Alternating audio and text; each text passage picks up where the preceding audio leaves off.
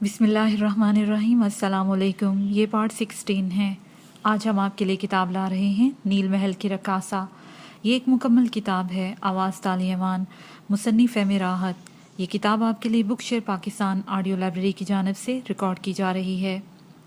دیگر معلومات اور کتابوں کے لیے آپ رابطہ کر سکتے ہیں واٹس ایپ نمبر 0333249573 اور کال نمبر 0300291960 پر محمد اظہر لطیف سے۔ یہ کتاب 496 صفحات پر مشتمل ہے، تو آئیے سنتے ہیں پارٹ نمبر 16 صفحہ نمبر 219 سے۔ آخر کیوں؟ بہرحال تھکن کی وجہ سے میرا انگ انگ ٹوٹ رہا تھا۔ اس اندازے کو نہ جانے کتنی دیر ہو چکی تھی، میں کتنی دیر دوڑتا رہا اور کتنا سفر طے کیا تھا۔ میں زمین پر بیٹھ گیا۔ اتنا عرصہ اس ماحول میں رہنے کی وجہ سے مختلف جانوروں کی آوازوں سے آشنا ہو گیا تھا، اس لیے کانوں میں آوازیں آ رہی تھیں۔ دور کہیں گیدڑ رو رہے تھے، کبھی کبھی شیر کی گراہٹ بھی سنائی دے جاتی تھی۔ شیر کی آواز نے کسی قدر مجھے خوفزدہ کر دیا تھا، حالانکہ آنکھوں میں اس قدر نیند ٹوٹی تھی کہ پلکیں کھل بھی نہیں رہی تھیں، لیکن جب بھی آواز سنائی دیتی میں چونک پڑتا۔ شاہ عادل ایک نڈر اور بے خوف نوجوان جس نے خطروں سے لڑنا سیکھا تھا، لیکن اس وقت میں اپنے آپ کو اس ماحول کا قیدی محسوس کر رہا تھا۔ میری حالت غیر ہونے لگی۔ ان حالات کو ذہن میں ذرا سی جگہ دیتا تھا تو حواس چڑھنے لگتے تھے۔ دل چاہ رہا تھا کہ نیند آ جائے، سانسیں اعتدال پر آتی جا رہی تھیں، لیکن یوں لگ رہا تھا جیسے کبھی اٹھ کر اب اپنے پیروں پر کھڑا نہ ہو سکوں گا۔ لیکن انسان عجیب و غریب کیفیات کا حامل ہوتا ہے، بعض اوقات وہ خود اپنی ذات کو بھی نہیں سمجھ پاتا، یا کہ کیا سوچ رہا ہے، کیا چاہتا ہے۔ ان پہاڑوں میں آنے کے بعد اور ان بستیوں کا باسی بننے کے بعد میں نے کئی بار اپنے بارے میں سوچا، اور جب کبھی سوچا عجیب سی گھٹن محسوس ہوئی۔ میرے ذہن میں یہی خیال آیا تھا کہ اچھی خاصی زندگی چھوڑ کر میں کن مصیبتوں میں آ پڑا۔ بات نہ جانے کہاں سے کہاں جا پہنچی تھی۔ میں نے دولت کی تمنا کی تھی، دولت مل گئی، لیکن انسان اپنی تقدیر کے ہر پہلو سے آگاہ نہیں ہوتا۔ مجھے وہ مل گیا جس کی مجھے تلاش تھی، لیکن اس کے بعد میں جس جنجال میں آ پھنسا تھا وہ عجیب و غریب تھا۔ دولت کسی کام نہ آ سکی اور اب عجیب و غریب زندگی گزر رہی تھی۔ زبردستی ایک بہت بڑی ذمہ داری میرے سپرد کر دی گئی اور بیچارے وحشی صرف میرے اعتماد کی بنا پر مارے گئے۔ غور کرتا تو قصور سردار ہی کا نکلتا تھا۔ میں نے ان وحشیوں کی زندگی سے کھیلنے کی کوشش نہیں کی تھی۔ میں نے تو سردار سے کہا تھا کہ میں تنہا جا کر سفید وادی کے علاقے کا اور ان کی تیاریوں کا جائزہ لینا چاہتا ہوں، اور اس کے بعد کوئی عملی قدم اٹھاؤں گا۔ لیکن سردار شروع ہی سے میرا مخالف تھا۔ اس نے صرف میری مخالفت نہ کی بلکہ ان بیچاروں کو موت کے گھاٹ بھی اتروا دیا۔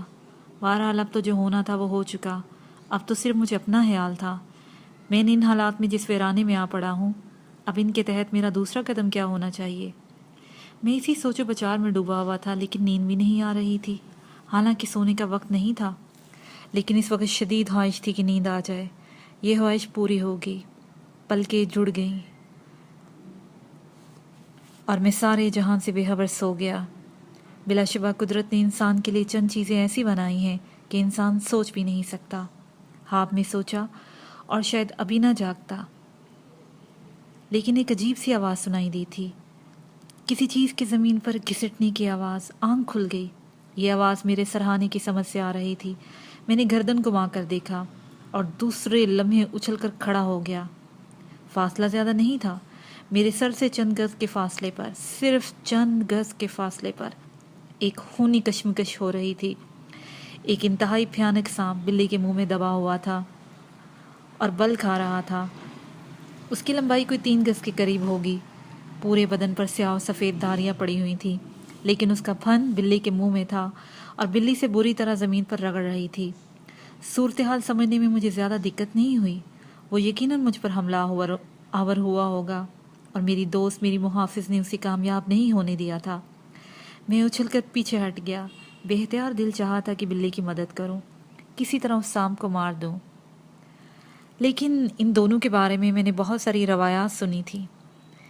میری کوئی کوشش بلی کے لیے نقصان دہ بن جائے، اس لیے میں دور ہی رہا، اور پھر بلی نے فتح حاصل کر دی۔ उसने सांप का फन इसके बकिया बदन से अलग कर दिया। उसके बदन के दोनों हिस्से ज़मीन पर पड़े अलग अलग तड़प रहे थे और बिल्ली अपने मुंह से लगा हुआ ऊन साफ कर रही थी। मैंने एक गहरी सांस ली और तहसीन अमेज़ अंदाज में बिल्ली को देखते हुए कहा, मेरे दोस्त, मेरी जान बचाने का शुक्रिया। और मुझे अपने अकब से एक कहके की आवाज़ सुनाई दी। ये एक निस्वानी कह रहा था। मैं चौंक कर पलटा, लेकिन दूर दूर तक पहाड़ियों के सिवा और कुछ दिखाई नहीं देता था। कहके की आवाज़ मैंने साफ सुनी थी और ये मेरी किसी समात का धोखा नहीं हो सकता था। मैंने मुतजस्सस निगाहें चारों तरफ दौड़ाई, लेकिन हंसने वाले का कोई वजूद सामने ना आ सका। तब मैंने सोचा कि बाज़ परिंदे ऐसी आवाज़ें निकालते हैं कि इन पर इंसानी आवाज़ों का सा गुमा होता है। इस ख्याल के तहत मैंने तजस्सुस को ख़त्म कर दिया और फिर सांप की जाने मुतवज्जा हो गया, जो अब भी थोड़े थोड़े बल खा रहा था और बिल्ली दूर खड़ी थी। तब मैंने गौर किया कि आसमान पर अबर छा गया है। सूरज यकीनी तौर पर अपनी सफ़र की आखिरी मनाजिल तय कर रहा था। गोया मैं इतना सोया कि पूरा दिन गुजर गया। धूप भी मुझ पर असरअंदाज नहीं हो सकी थी, यहाँ तक कि शाम हो गई थी। और ये ठीक भी था। जिस कदर मैं थक गया था उसके बाद ऐसी ही नींद आनी चाहिए थी। लेकिन ताजुब है इस बात ये थी कि इस जंगल में मौजूद जानवरों से मैं मुकम्मल महफूज रहा। ये भी इसी पुरस्कार बिल्ली की हिफाजत का नतीजा था। और इसके अलावा एक और बात और भी कही जा सकती थी कि तमाम जानदार दरिंदे और हशरातुल अर्ज़ रात की तारीकी में शिकार करते होंगे, जबकि दिन की रोशनी में आराम करते होंगे। मुमकिन है सूरज निकल आने की वजह से मेरी जान उनसे महफूज रही। बाहर सूरत ये बात की बातें थी। अब मैं सोच रहा था कि क्या किया जाए, अब क्या करना चाहिए। वैसे पूरा दिन सोने की वजह से थकन दूर हो गई थी। अज़ा काफ़ी तरोताज़ा थे और किसी खास तकलीफ़ का एहसास नहीं था। थोड़ी देर तक मैं सोचता रहा, फिर मैंने फ़ैसला किया अभी क्योंकि रात होने में काफ़ी वक्त है, इसलिए जंगल में दाखिल होकर कुछ ऐसे जंगली फलों को तलाश करूं जिन्हें खाकर मैं अपने पेट की आग बुझा सकूं। हालांकि मैं इन दरख्तों से वाकिफ़ नहीं था, लेकिन जनाब आदिल को अपनी ज़ात से कोई दिलचस्पी नहीं थी। अगर कोई जहरीला फल खा ही लिया जाए और अब मौत ही आ जाए तो तब भी मुश्किल की बात नहीं थी। इन जंगलों में तकदीर खींच लाई थी, तो अब तकदीर जो कुछ करेगी उसके मुताबिक ही किया जा सकता है। मैं अगर कुछ सोचूं तो जाहिर है यहाँ बेदस्तो पा हूँ, अलबत्ता जान बचाने की गरज से। एक ख्वाहिश हर शख्स के दिल में फितरी तौर पर होती है। बहरहाल वक्त ज़ाया किए बगैर मैं आगे बढ़ गया। मैं रात की तारीकी में किसी जंगल का शिकार नहीं होना चाहता था। चनाचा मैं जंगल में पहुँच गया। जंगल इस कदर घना था कि दरख्त आपस में मिलते हुए महसूस होते थे। दरख्तों के दरमियान रहने तो थे, लेकिन इन दरख्तों में झाड़ियाँ उगाई थीं। यूँ लगता था जैसे इस जंगल में किसी इंसान का कभी गुजरना हुआ हो। मैं चंद साथ तो सोचता रहा। इस लंबी लंबी घास में दाखिल होने से बड़ा खौफ आता था, लेकिन दफ्तन मेरी निगाह एक तरफ उठ गई। हरे हरे पत्तों में छुपे हुए पीले फल बिल्कुल मसनूई मालूम होते थे। बाहर सूरत फलों की शक्ल थी, इसलिए मैं खौफ को भूल गया। भूख की शिद्दत ने मुझे फलों तक पहुंचने पर मजबूर कर दिया और मैं इस घास में से गुजरता हुआ दूसरी तरफ पहुंच गया। लटके हुए फल मेरी भूख को और बढ़ा रहे थे। चनाचा मुझसे मज़ीद इंतज़ार ना हो सका और मैं दरख्त के नीचे पहुंच गया। दरख्त ज़्यादा ऊंचा नहीं था, यानी मेरे हाथों की पहुंच उन फलों तक हो सकती थी। पहले मैंने एक फल तोड़ा और बगैर किसी तकल्लुफ़ के उसे दांतों से कुतर लिया। ये फल इतना शीरी और लजीज था कि मैं आज तक याद करता हूँ। इस फल के मज़े को मैं किसी फल के मज़े से तशबीह नहीं दे सकता था। बस फल इतना मीठा था कि जैसे कोई इंतहाई खुशगवार और मज़ेदार लजीज सेब, जिसमें सेब की खुशबू नहीं थी, लेकिन इसका गूदा इंतहाई नरम था। इसकी मिकदार इतनी ज़्यादा थी जो प्यास को भी बुझा सकती थी। इतनी उम्दा चीज़ मिल जाने का तसव्वुर भी नहीं किया जा सकता था इस जंगल में। चनाचा मैं जिस कदर फल तोड़ सकता था जल्दी तोड़कर मैंने ज़हीरा कर लिए और इसी फुर्ती से घास के मैदान में निकल आया। बिल्ली अब मेरे करीब मौजूद नहीं थी। मैंने उसकी तलाश में चारों तरफ निगाहें दौड़ाई और उसको आवाज़ें भी दी। ग्रैनी ग्रैनी, मैं इसके नाम से वाकिफ़ था, लेकिन अब ग्रैनी का कोई दूर दूर तक पता नहीं था। मुमकिन है वो भी शिकार की तलाश में निकल गई हो। हालांकि इस पुरस्कार जानवर को मैंने कभी कुछ खाते नहीं देखा था, ना ही मैं ये फ़ैसला कर पाया था कि इसकी असली हैयत क्या है और इस किस्म के पुरस्कार जानवर को शिकार की क्या ज़रूरत हो सकती है। پھلوں کو دانتوں سے کاٹ کر میں نے حلق میں اتارنے لگا۔ بڑی ہی تقویت بخش چیز تھی یہ۔ پیٹ بھر گیا تھا، بدن میں توانائی پیدا ہو گئی تھی، شام جھک آئی تھی اور اندھیرا پھیلتا جا رہا تھا۔ میں جہاں تھا وہی رہا، حالانکہ اب یہاں رکنے کا کوئی جواز نہیں تھا، نہ ہی میں کاہل الوجود تھا کہ جہاں پڑ گیا۔ لیکن یہ سوچ کر وہاں رک گیا تھا کہ ایک رات سکون سے گزر چکی ہے، جبکہ نئی جگہ کی تلاش خطرناک بھی ہو سکتی ہے۔ کل یہاں سے آگے بڑھوں گا، میں نے فیصلہ کیا تھا۔ سانپ اپنی جگہ پڑا ہوا تھا، لیکن میری دوست کا نام و نشان نہیں تھا۔ میں اس جگہ سے ہٹ گیا، یہاں رکنا مناسب نہیں تھا۔ پھر اس وقت اس بات کا موقع تھا کہ میں اپنے لیے ایک مناسب جگہ تلاش کر لوں۔ جو نئی جگہ میں نے تلاش کی تھی وہ ایک اونچا سا ٹیلا تھا، جس کے سر پر بہت صاف ستھری اور ہموار جگہ موجود تھی، ایسی کہ میں سو سکوں۔ میں نے وہاں سے باریک کنکریاں صاف کی اور ایک چھوٹے پتھر کو تکیے کی شکل میں سر کے نیچے رکھ کر لیٹ گیا۔ آنن فانن سب کچھ تاریک ہو گیا، فضا خاموش تھی، ہوا بھی نہیں چل رہی تھی، جبکہ پچھلی راتوں کا ہواؤں نے کافی شور مچا رکھا تھا۔ وہ درختوں سے ٹکرا کر عجیب سی آوازیں منتشر کر رہی تھی، لیکن آج سکون تھا۔ پھر تارے نکل آئے، میں ساکھ کو جامت پڑا تھا۔ آج آنکھوں میں نہ تو نیند تھی، نہ بدن میں تھکن کا کوئی احساس تھا، اور بے حد ماحول پرسکون تھا۔ دل میں ایک ٹھہراؤ سا آ گیا تھا۔ حالانکہ ان حالات میں انسان کو شدید ترین مایوسی کا شکار ہو جانا چاہیے، لیکن میرے دل میں کوئی احساس نہیں تھا، اور غالباً اس کی وجہ یہی تھی کہ میرے سامنے اب کوئی اور مسئلہ نہیں تھا۔ جو کچھ تھا یہی ماحول تھا، اور اب میں اس ماحول کا ایک فرد۔ دن کا شہنشاہ پورے کروفر کے ساتھ میرے سامنے نمودار ہوا اور اس کی رعایا سمٹ گئی۔ اس کے بعد چراغوں میں روشنی رہنے کا سوال ہی پیدا نہیں ہوتا تھا۔ زمین منور ہو گئی اور چاروں طرف روشنی پھیل گئی۔ یہ بھیانک ماحول اس قدر خوبصورت ہو گیا کہ میں بے اختیار اٹھ بیٹھا۔ پورا دن سویا تھا، اس لیے نیند نہیں آ رہی تھی۔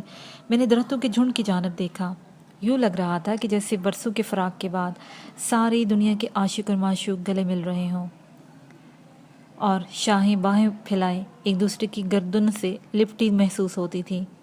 لیکن آج ایک انوکھی بات میں نے محسوس کی تھی، وہ یہ کہ نہ تو حشرات الارض کی آوازیں سنائی دے رہی تھی، نہ درندوں کی۔ نہ جانے کیوں؟ کل چاندنی بھی نہیں تھی، غالباً گہرے بادل چھائے ہوئے تھے، لیکن آج کا ماحول مختلف تھا۔ میں دیر تک سوچتا رہا تھا۔ دفتن میری نگاہ عقب میں پڑی، سونے کی جھیل پوری طرح چمک رہی تھی۔ ہاں، ٹیلے کے عقب میں تقریباً 100 گز دور ایک جھیل نظر آ رہی تھی، کوئی تصویری جھیل جسے مصور نے ابھی بنایا ہو۔ اس سے قبل اس کے بارے میں معلوم نہیں تھا۔ اس کی وجہ شاید یہ ہو کہ میں نے ٹیلے کی دوسری طرف دیکھنے کی کوشش بھی نہیں کی تھی۔ کمال ہے، میں نے سوچا، ساری انہونیاں ہو رہی تھیں۔ پھل کھانے سے پیاس بھی بجھ گئی تھی، لیکن پانی کی بات ہی کچھ اور ہوتی ہے۔ حالانکہ خوف دامن گیر تھا، لیکن پانی کی طلب سے خود کو نہ روک سکا۔ چند لمحات کے لیے میرا ذہن وسوسوں کا شکار رہا۔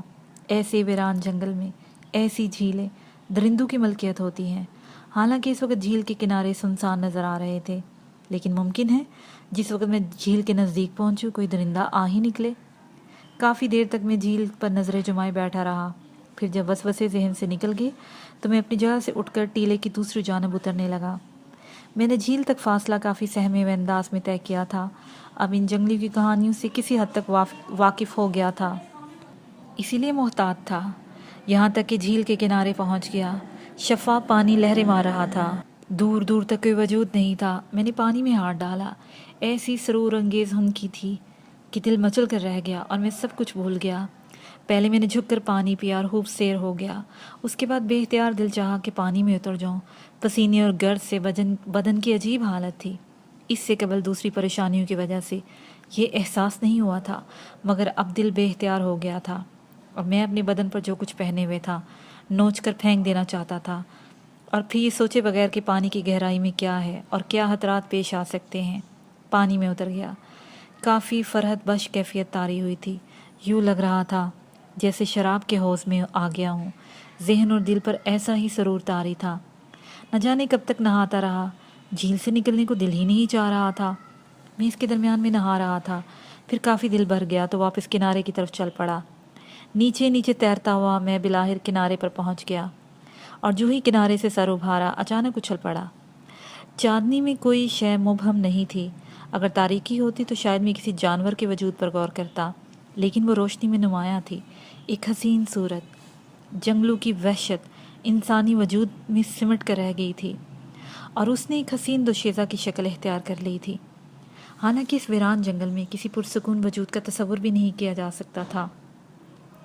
वो घुटनों में सर दिए अजीब सी निगाहों से मुझे देख रही थी। बैठने का अंदाज बड़ा ही हिजानहेज था और जो लिबास उसके बदन पर था वो जंगली लिबास था, यानी चीते की खाल का एक ऐसा टुकड़ा जो इसके ज़ेरी बदन को छुपाए हुए था, और वैसा ही एक टुकड़ा उसके ऊपरी बदन पर था। बाकी बदन बरहना था। स्याह लंबे लंबे बाल ज़मीन पर बिखरे हुए थे और उन बालों के ऊपर सफ़ेद जंगली फूलों का ताज बना हुआ था।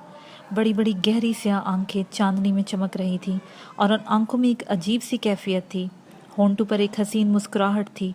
इतना सुकून, इतना इत्मीनान था कि मैं शशदर रह गया।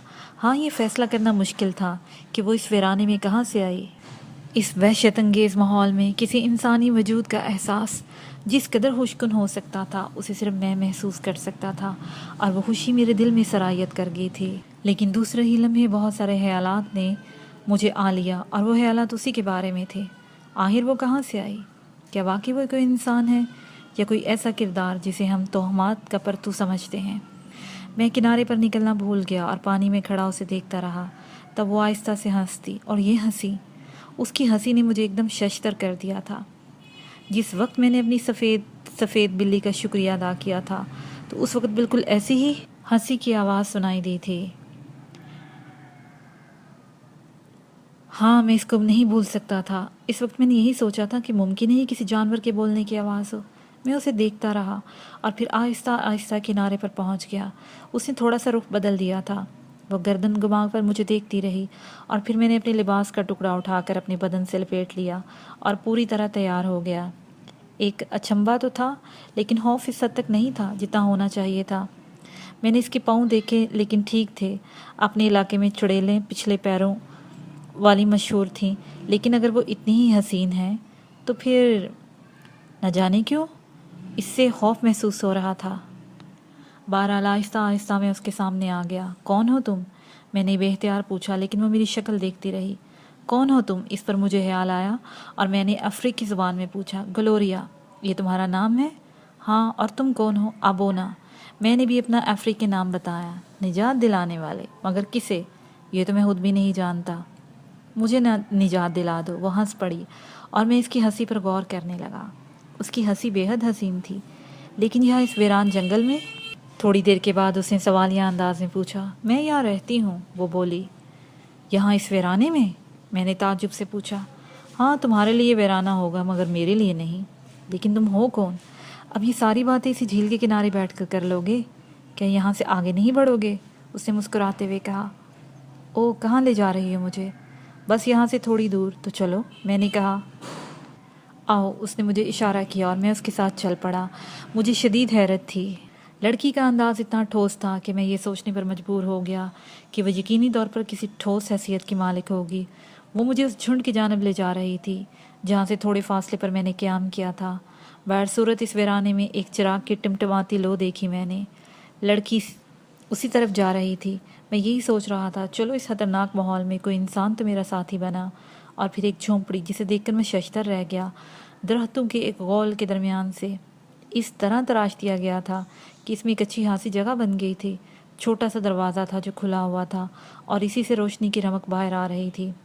दरवाजे पर रुके उसने पलट कर मेरी जानब देखा और मुस्कुराती हुई बोली, आओ ना, रुक क्यों गए? फिर वो खुद अंदर चली गई।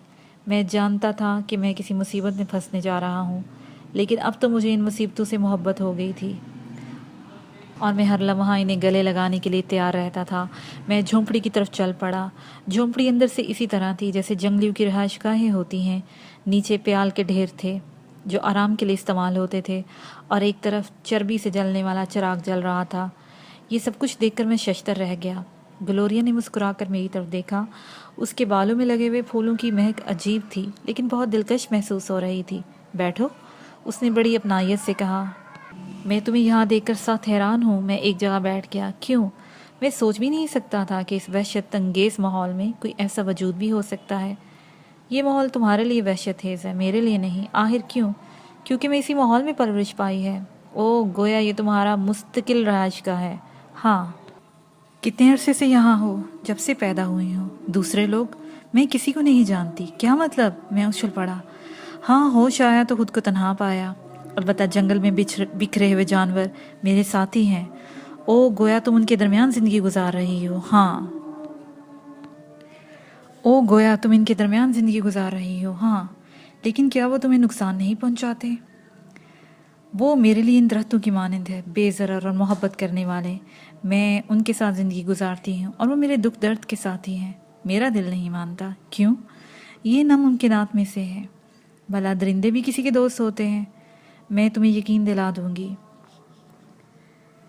किस तरह? रात पड़ी है, अभी वक्त ही कितना गुजरा है। वो हंस पड़ी और मैं उसे देखता रहा। सूरत हाल पर गौर करता तो आसान होने लगते, और वो गोले बेअबानी से ही मालूम होती थी, भूत या चुड़ैल या इससे भी कोई पुरस्कार हस्ती जिसका ताल्लुक वीरानों से होता है, लेकिन उसके बावजूद उसका वजूद एक अजीब सी लज्जत से हमकिनार कर रहा था। तब उसने प्यार भरे लहजे में मुझे पुकारा, आबोना। हाँ, अपने जहन को वसवसों का शिकार करके तुम इस हसीन मौसम और हसीन रात के हुस्न को नज़रअंदाज कर रहे हो। क्या तुम्हारी जवानी फितरी नहीं है ग्लोरिया? मैंने सवाल किया। हाँ, तुम कह सकते हो, और इसकी वजह शायद ये है कि तुम्हारा ताल्लुक इन जंगलों से नहीं है, ग्लोरिया ने कहा, और मैं हैरान रह गया। लेकिन ताज्जुब की बात यह है ग्लोरिया कि तुम मुझे ये देखकर बिल्कुल हैरान नहीं हुई। मैंने गौर से उसे देखते हुए सवाल किया, क्यों? मैं क्यों हैरान होती? ग्लोरिया, तुम्हारी मालूमात भी काफ़ी वसी हैं। मसलन? ग्लोरिया शरारत अमेज़ अंदाज में बोली, देखो ना, तुमने ये बात तक मालूम कर ली कि मेरा ताल्लुक इन जंगलों से नहीं है। मैंने मुस्कुराते हुए कहा, क्यों, इसमें ताज्जुब की क्या बात है? क्या इन सफ़ेद पहाड़ों के पीछे तुम्हारी आबादी नहीं है? क्या तुम इनमें से नहीं हो जो आहनी घोड़े फ़ज़ाओं में दौड़ाते हैं और अजीबोगरीब हरकत करते हैं? तुम्हारा चेहरा उन्हीं की तरह है। अगर तुम हमारे जैसे होते तो जाहिर है तुम्हारा चेहरा और तुम्हारा ये रंग रूप नहीं होता, और मैं तुम जैसे सफ़ेद फामों से अच्छी तरह वाकिफ़ हूँ। ओह, मैंने गर्दन हिलाई और उस इशारे की जानब देखा और देखता ही रह गया था। जंगल के दूसरी तरफ सफ़ेद फामों की चोटियाँ चांदनी में भी अब चमक रही थीं। गालबन वो मुझे उन सफ़ेद फामों में से समझ रही थी जिनके खिलाफ जंग करने के लिए मैं आया था, बल्कि भेजा गया था। लेकिन मुझे ये बात मालूम नहीं थी कि मैं उनके इतने करीब आ गया हूँ। ग्लोरिया ने जिन पहाड़ों की तरफ इशारा किया था वो इतने दूर नहीं थे कि वहाँ तक पहुँचना मुमकिन होता। चंद साथ में खामोश रहा, फिर मैंने गर्दन हिलाते हुए कहा, नहीं ग्लोरिया, तुम्हें हैरत होगी कि मैं उनमें से नहीं हूँ। क्या मतलब? ग्लोरिया ने ताज्जुब से कहा, मैं तो वो हूँ जो उनके खिलाफ जंग करने आया हूँ। मैंने संजीदा लहजे में कहा, इन सफ़ेद फामों के खिलाफ? ग्लोरिया ने ताज्जुब से कहा, हाँ, लेकिन तुम इनके खिलाफ क्यों जंग करने आए थे? मैं बस्तियों के सरदार की जानब से यहाँ भेजा गया हूँ। ओह, तुम सरदार शैला के साथ ही हो? हाँ, मगर कैसे? तुम्हारा ताल्लुक तो इन लोगों से मालूम होता है। ये एक लंबी कहानी है ग्लोरिया, तो क्यों ना हम ये रात कहानियों में गुजार दें? ग्लोरिया ने मुस्कुराते हुए कहा, और मैंने गर्दन हिलाने लगा। ये लड़की जिस कदर तेज़ तरार और गुफ्तगू में जिस कदर आगे नज़र आ रही थी, वो मेरे लिए मज़ीद हैरानी का बायस था। इसके अंदाज में कोई झुझक नहीं थी, वैसे हसीन लड़की थी, और इसकी कुर्बत से मुझे एक नशा छा रहा था कि मैं बेखुदी की कैफियत महसूस कर रहा था। ठहरो, तुम्हारे लिए कोई बंदोबस्त तो करूं, ग्लोरिया ने उठते हुए कहा। कैसा बंदोबस्त ग्लोरिया? खाने पीने का? ओह, क्या बंदोबस्त कर सकती हो? मैं जानती हूँ, बल्कि महसूस कर रही हूँ कि तुम भूखे भी हो और प्यासे भी, ग्लोरिया ने कहा। तुम्हारे महसूसात बड़े दिलकश हैं, लेकिन तुम भी यहाँ जंगली फलों पर ही गुजारा करती होगी, मैंने मुस्कुराते हुए कहा। लेकिन उसे मेरी बात का कोई जवाब नहीं दिया और मुस्कुराती ही झोंपड़े से बाहर निकल गई। मेरा ताल्लुक अगर इस बियाबान से भी है ग्लोरिया, तो अब मुझे इसकी कोई परवाह नहीं है। वो इन वीरानों में रहने वाली थी और इतनी मालूमात रखने वाली कोई आम लड़की तो नहीं हो सकती। मैं तो समुद्र में ही मौत के मुंह का शिकार हो चुका था। अब मौत जितनी बार आए मुझे परवाह नहीं है, सरदार के लिए जंग करते हुए या तेरे हाथों। मैं सोचता रहा और फिर ग्लोरिया की खुशबू लहराई। वह बहुत सारी चीज़ें संभाले आ रही थी, लेकिन एक बड़े पत्ते पर गोश्त के भुने हुए टुकड़े देखकर मैं हैरान रह गया। ये गोश्त है? मैंने ताज्जुब से पूछा। हाँ, लेकिन ग्लोरिया, और ये दूध है। दूध कहाँ से आया? पहले भी उसके बाद सब कुछ बता दूंगी।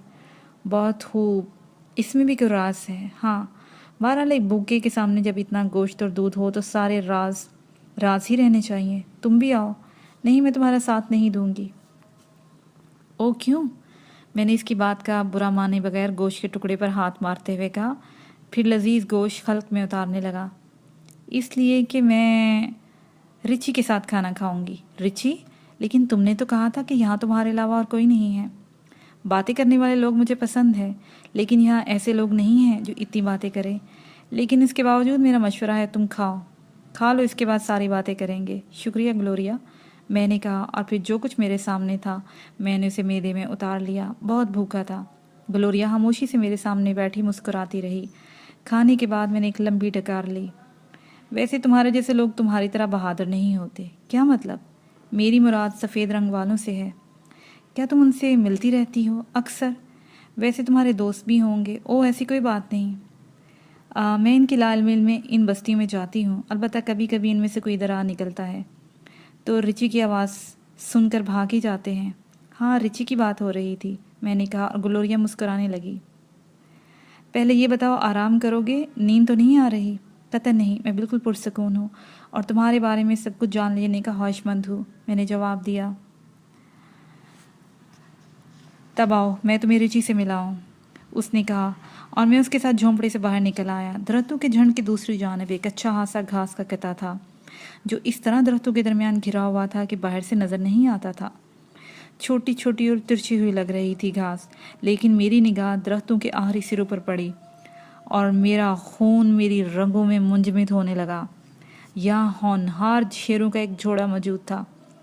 कवि हेकल बब्बर शेर, जिसका चेहरा चौड़ा था और जो इस लिहाज से इस तरह तंदुरुस्त और तवाना था। साथ ही उसकी मादा शेरनी उसके साथ बैठी हुई थी। बब्बर शेर खड़ा हुआ था और मेरी आवाज़ हलक में फंसने लगी, लेकिन फिर मैंने ग्लोरिया के हाथ का लम्स अपने बाजू पर महसूस किया। वो रिची है और वो इसकी मादा। तुमने अभी दूध पीते हुए पूछा था ना मैं कि क्या मैंने जानवर भी पाल रखे हैं, तो देखो ये मेरे पालतू जानवर हैं। कौन? मैंने मुतहरना अंदाज में पूछा। ओ, मैं तुम्हें नज़दीक से दिखाऊं, ग्लोरिया ने कहा और मेरा बाजू पकड़कर मुझे आगे घसीटने लगी।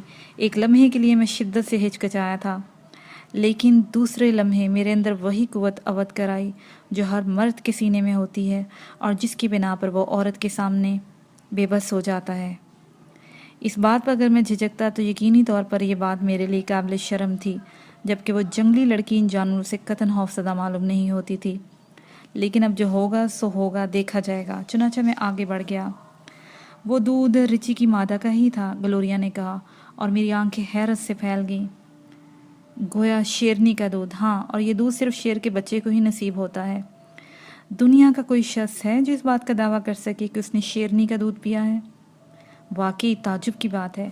तो रिची मेरे बचपन का साथी है, इतना पुराना दोस्त कि तुम सोच भी नहीं सकते। ये मेरे लिए शिकार करके लाता है, अपना हिस्सा वो निकाल लेता है और मैं अपना हिस्सा निकाल लेती हूँ।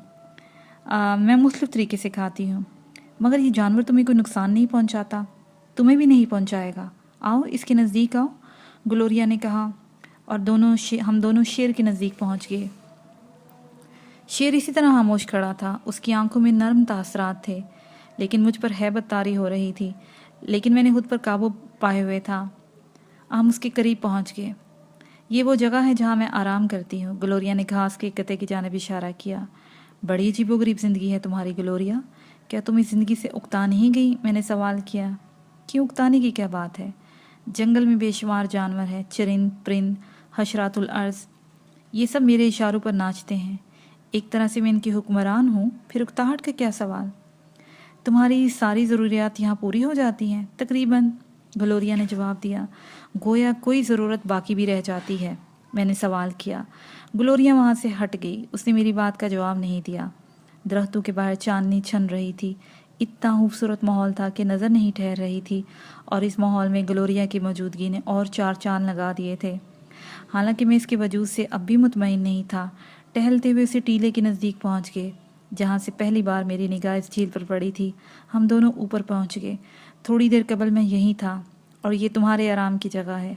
हाँ ग्लोरिया, यहीं से तो मैंने इस झील को देखा था। उम्दा जगह है, ग्लोरिया ने गमज़दा लहजे में कहा, और इस चट्टान पर लेट गई जिस पर मैं लेटा हुआ था। यहाँ से चांद का नज़ारा और खूबसूरत हो जाता है। हाँ ग्लोरिया, तुम्हारी वजह से चांद और खूबसूरत हो जाता है। वाकई? हाँ, मैं झूठ नहीं बोल रहा। बैठ जाओ, आराम नहीं करोगे? ग्लोरिया ने मेरा हाथ पकड़ लिया और मुझे नीचे बैठा दिया और मेरी खोपड़ी से خون جوش مارنے لگا۔ میں اس کے بدن سے مس ہو کر نیچے بیٹھ گیا تھا۔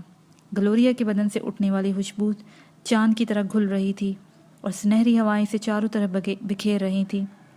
تم نے مجھ سے ایک بات پوچھی تھی نا ابونا، وہ مہمور لہجے میں بولی۔ کیا؟